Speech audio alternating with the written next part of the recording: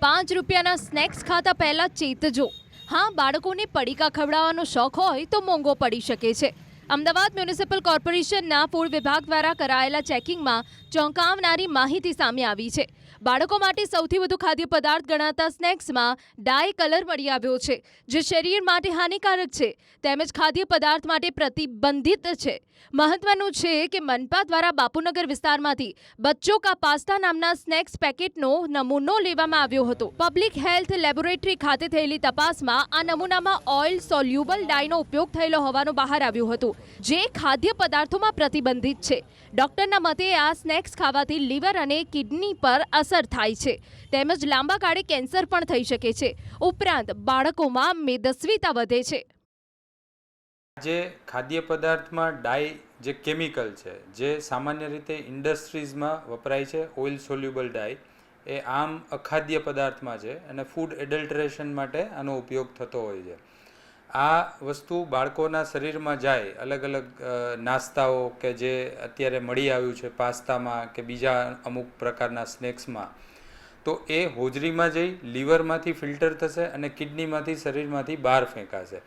એટલે તાત્કાલિક ધોરણે એના જે લક્ષણો હોય એ હોજરીની અંદર ડિસ્ટર્બન્સ ઊભું કરે, ઉલટીઓ થવી, માથું ભારે થવું, ચક્કર આવવા અને ક્યારેક લીવર અને કિડનીને પણ એ નુકસાન કરે. કારણ કે અલ્ટિમેટલી આ વસ્તુ છે એ આર્ટિફિશિયલ કેમિકલ છે જે શરીરમાં ખાવાના ઉપયોગમાં લેવાતું નથી.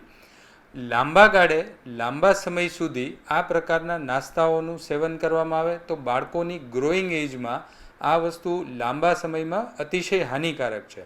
એમના લીવર અને કિડની ફેલ થવાના જોખમો હોય અને અત્યારે આપણે જે એડલ્ટ એજની અંદર કેન્સરનું વધતું જતું પ્રમાણ જોઈએ છીએ એની પાછળ પણ આ જ પ્રકારના કેમિકલ મહદઅંશે જવાબદાર હોય છે.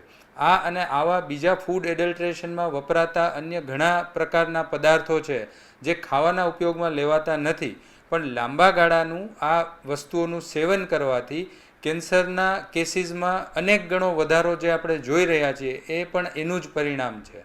આ પ્રકારના પેકેજ્ડ ફૂડથી દૂર રહેવું જોઈએ. સ્ટાન્ડર્ડ કંપનીના સારા ઉપર જેની અંદર શું કમ્પોઝિશન છે, કઈ રીતે બનાવવામાં આવ્યા છે એ લેવામાં અમુક અંશે વાંધો નથી, પણ આ રીતે લોકલ માર્કેટમાં જે મળી રહ્યા છે આ બધા ખાદ્ય પદાર્થોથી દૂર રહેવાની મારી સલાહ છે.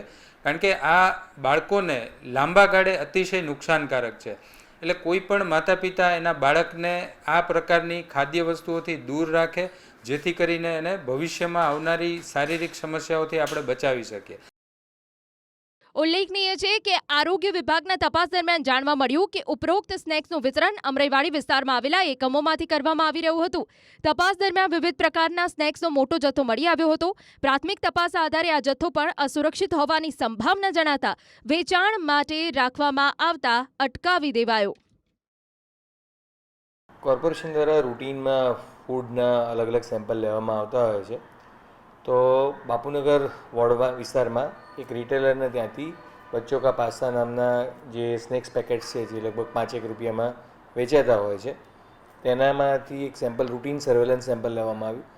એ સર્વેલન્સ સેમ્પલનું પરિણામ જ્યારે મળ્યું ત્યારે સેમ્પલમાં અમને ધ્યાનમાં આવ્યું કે એ સેમ્પલમાં ડાય કલરનો ઉપયોગ થયો છે, જેની આરોગ્ય પર બહુ ગંભીર અસર થાય છે અને સેમ્પલ જે ફૂડ સેમ્પલ છે અનસેફ તરીકે ગણાય છે. એટલે જે તે યુનિટ પર તો દંડનીય કાર્યવાહી અને કાયદા અનુસાર કાર્યવાહી કરવામાં આવી, પરંતુ કોર્પોરેશન જે જાહેર આરોગ્યના હિતમાં અને ઓન અ બ્રોડર સ્કેલ એનું મેન્યુફેક્ચરિંગ કે ડિસ્ટ્રીબ્યુશન યુનિટ ક્યાં છે તેના પર કાર્યવાહી કરવાનું અમે નિર્ધાર કર્યો હતો.